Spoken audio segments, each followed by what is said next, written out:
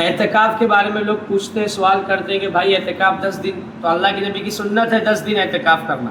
لیکن مثال کے طور پر کسی کے پاس اتنا وقت نہیں کہ 10 دن نہیں بیٹھ سکتا، تو لوگ پوچھتے ہیں کہ مولانا صاحب میں 1 دن کا اعتکاف کر سکوں؟ تو دیکھو اللہ کے نبی صلی اللہ علیہ وسلم نے صاف اعلان کر دیا، اللہ کے نبی نے فرمایا، حدیث ہے اللہ کے نبی کی، کہ جو شخص 1 دن کا بھی اعتکاف کے لیے اللہ کے لیے بیٹھے گا تو اللہ تبارک و تعالیٰ اس کے اور جہنم کے درمیان 3 خندقیں حائل کر دے گا، یعنی 3 ایسا گڑھا، اور ہر ایک گڑھے کی مسافت، یعنی ہر ایک گڑھا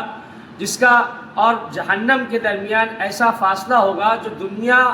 میں زمین و آسمان کا جو فاصلہ ہے اس سے کہیں زیادہ اس کے اور جہنم کے درمیان اللہ فاصلے کر دے گا۔ یہ ایک خندق کے درمیان کے فاصلے کی بات بتلا رہا ہوں۔ اللہ کے نبی نے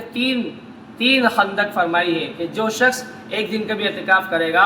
اس کے اور جہنم کے درمیان 3 خندقیں حائل ہو جائے گی۔ تو اس سے پتہ چلتا ہے کہ اللہ کے نبی فرمایا کہ وہ جہنم سے بالکل بھی بری ہو جائے، جہنم سے کوسوں دور ہو جائے گا۔ اس لیے جس کے پاس 1 دن کا وقت ہے یا 2 دن کا وقت ہے وہ اللہ کے نفلی اعتکاف کیا کر سکتے ہیں۔